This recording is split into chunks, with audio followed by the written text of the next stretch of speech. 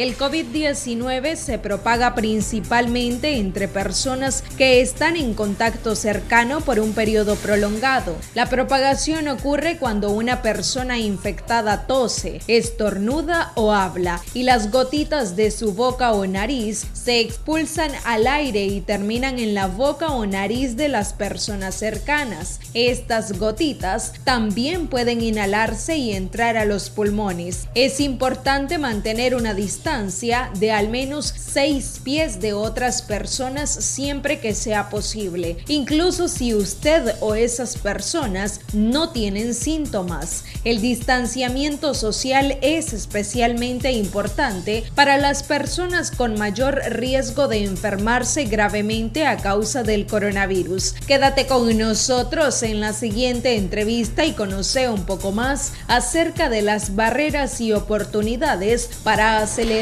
el distanciamiento social. Daniela Rodríguez Morazán, Acción 10 en la mañana.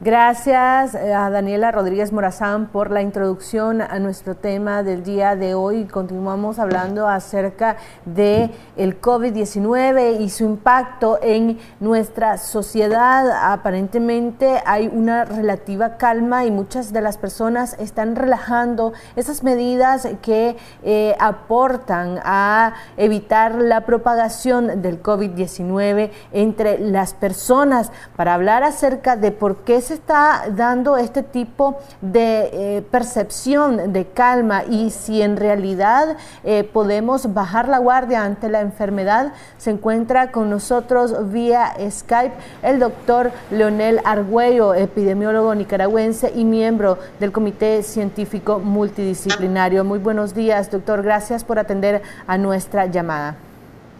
Buenos días, mucho gusto. Doctor, hemos visto publicaciones periodísticas en donde las personas están asistiendo a centros de diversión, a centros de recreación sin ninguna medida de protección, sin guardar la distancia, sin utilizar mascarilla, y esto aparentemente es por esa percepción que se tiene de que el nivel de contagio del coronavirus en nuestro país está disminuyendo. ¿Realmente esto es así? ¿El coronavirus ya está o estamos en la curva de descenso, en el descenso de la curva?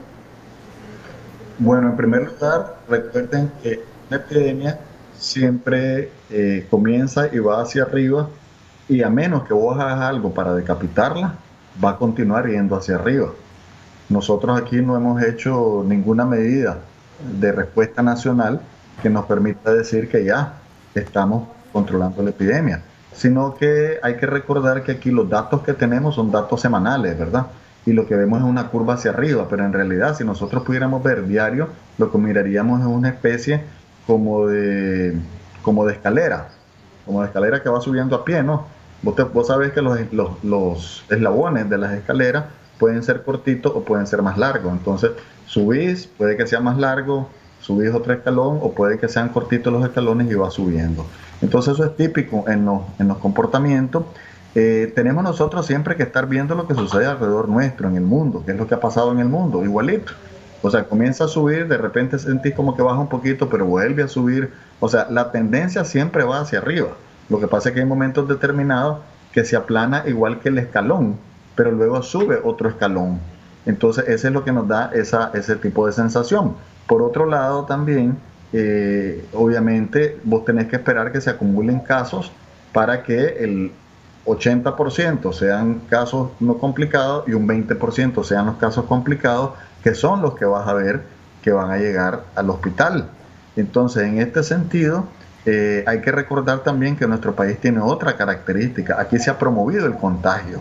O sea, aquí vos lo que haces es que juntás un grupo de gente, que es el lugar más peligroso después de los hospitales, donde la población se puede contagiar porque está a menos de 2 metros de distancia.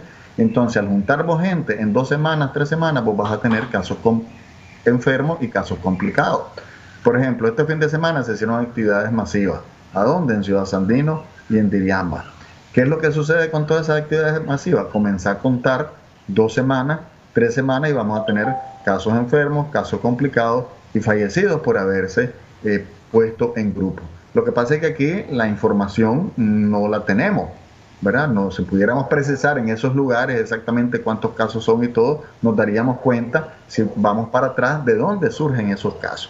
Por eso yo estoy contento con que el 19 de julio no se celebre de forma física y que la celebración sea virtual, porque te imaginas la cantidad de gente que se moviliza en el país, en cada municipio y en cada comarca, y después el montón de buses que vienen con la gente para acá, y después que se junten en Managua. Eso hubiera sido en realidad, en 2 o 3 semanas nosotros tuviéramos una cantidad de muertos enorme. Entonces me parece que es muy bien la decisión de no hacerlo. Pero ¿cómo explicamos el hecho de que, si bien es cierto, son autoridades o son organizaciones las que están convocando a este tipo de actividades masivas, cómo explicamos el hecho de que las personas, o sea, el individuo, toma la decisión de arriesgarse y arriesgar a su familia a este tipo de contagio? Uno, al asistir a estos sitios, y 2, hacerlo sin las debidas medidas de protección. Eso se explica por 2 fenómenos, un fenómeno, digamos, global y un fenómeno particular.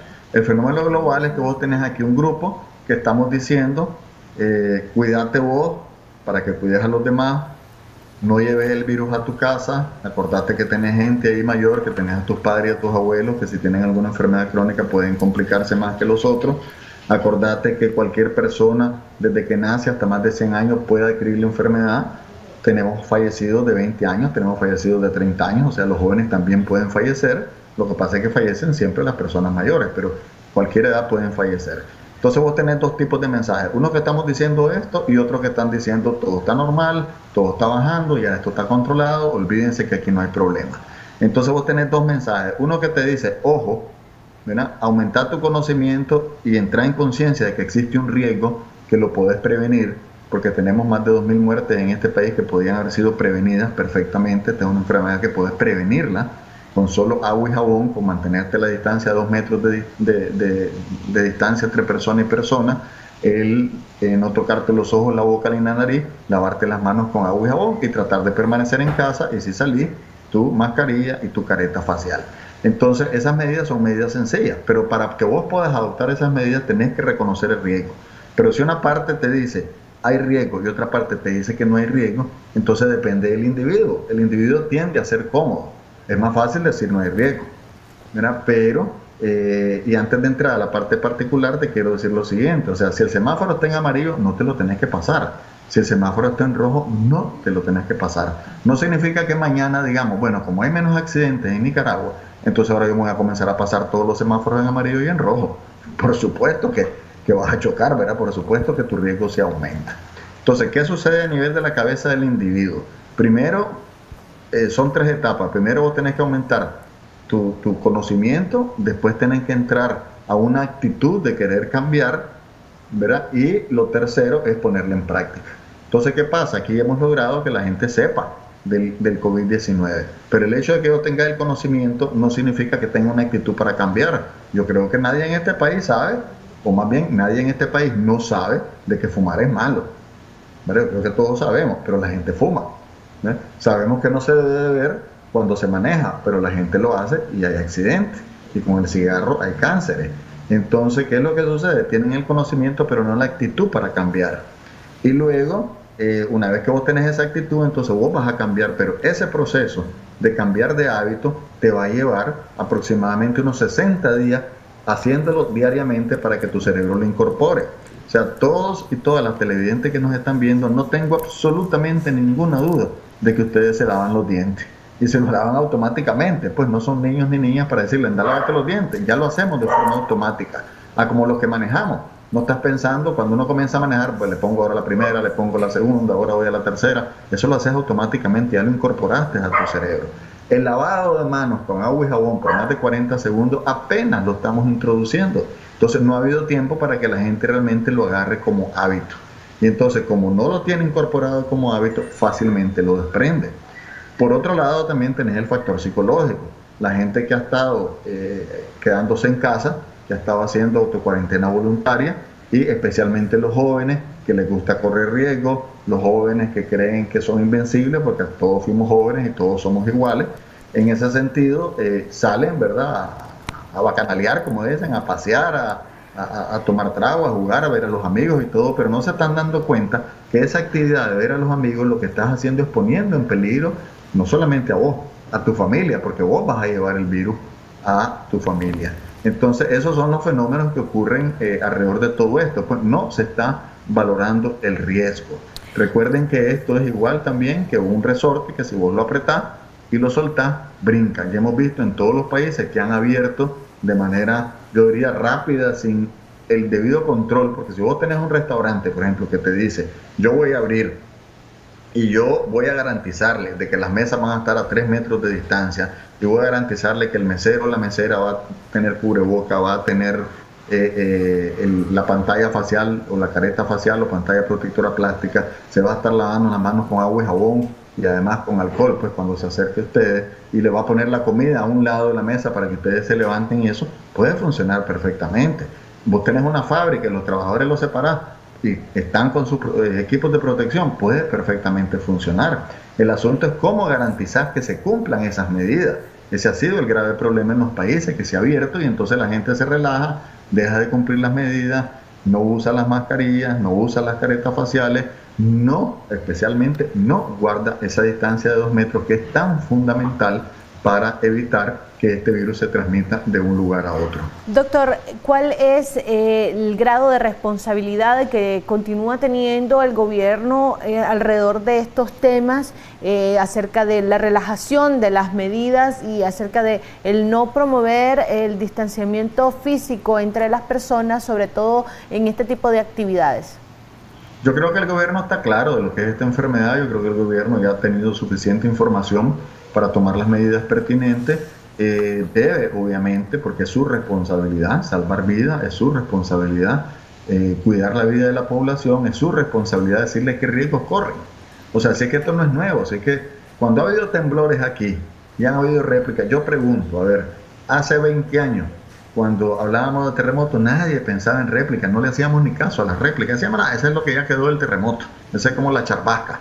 Ahora no, ahora tenemos otro concepto diferente, que cuando hay un terremoto o un temblor fuerte, uno tiene que esperar las réplicas, y que a veces las réplicas son más peligrosas.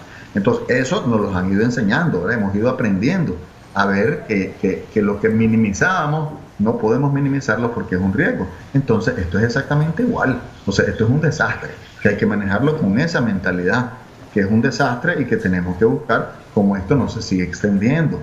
Lo peor que nos puede pasar como sociedad, y lo peor que puede pasar también como gobierno y Ministerio de Salud, es creer que esto es normal, que es normal que se muera la gente por una enfermedad que es prevenible. No es absolutamente nada normal, no podemos permitir que eso se normalice. Cada persona que se muere es una persona que podía haberse evitado esa enfermedad, inclusive te digo, hasta con personas mayores, con muchísimas complicaciones que tengan, porque tienen diabetes, tienen presión alta, son obesos, etcétera, ¿verdad? Y tienen un montón de problemas. Si no les da el COVID no se van a morir, ¿verdad? Es el COVID el que los está matando.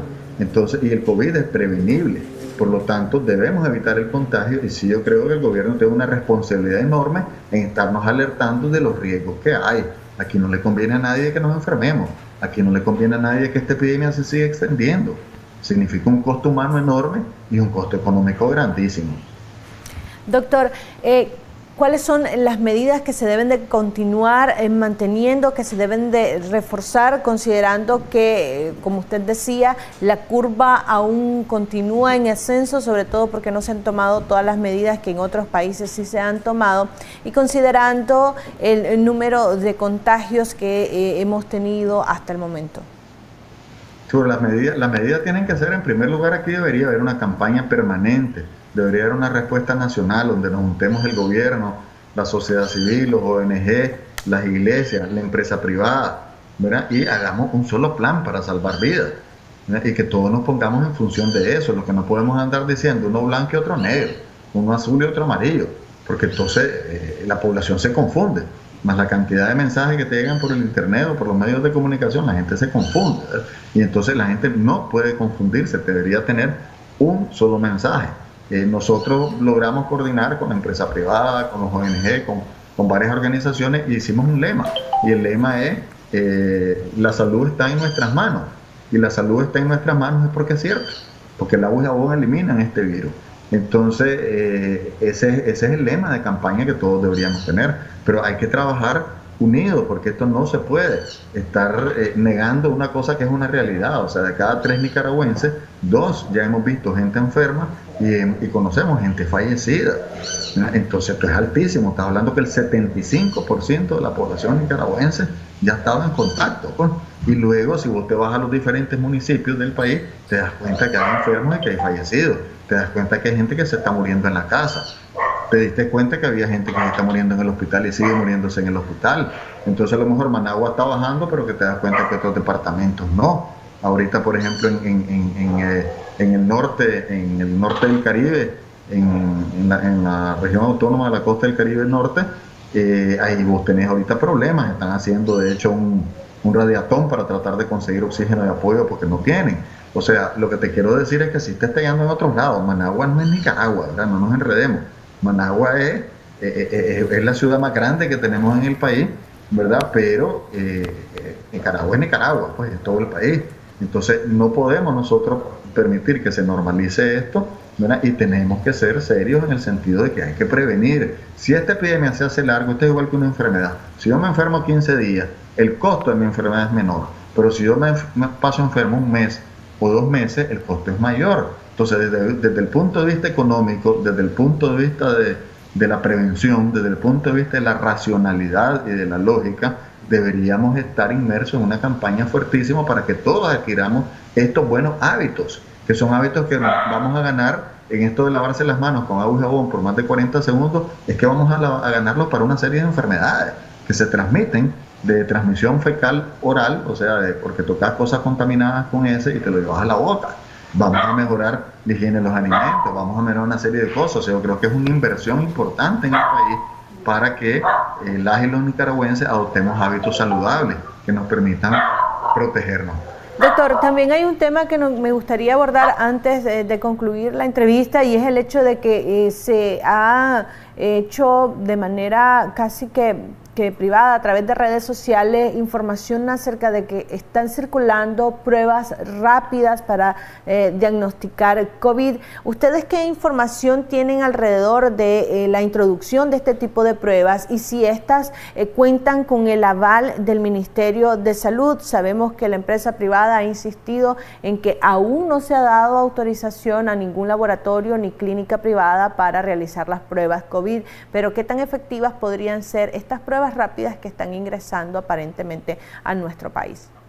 Hasta donde yo entiendo, el Ministerio de Salud es el único que está autorizado para hacer exámenes de COVID-19. En ese sentido, el PCR, la prueba que hacen nada más en el nivel central del Ministerio de Salud, es la correcta porque esa te capta más del 95% de los pacientes.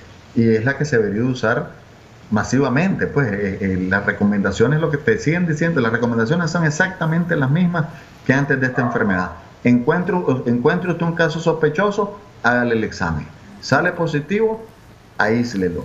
Luego, busque los contactos de esta persona, tómele la muestra, ¿verdad? Y si esa persona sale negativa, no hay ningún problema, pero si sale positiva, también la tiene que aislar. Ahora, si no le va a tomar muestra porque no tiene suficiente, pues, y decide nada más tomarle solo a los casos sospechosos, entonces esas personas tienen que pasar 14 días separadas del resto de su familia, en cuarentena, de tal forma que no transmitan la enfermedad. Eso sigue siendo fundamental.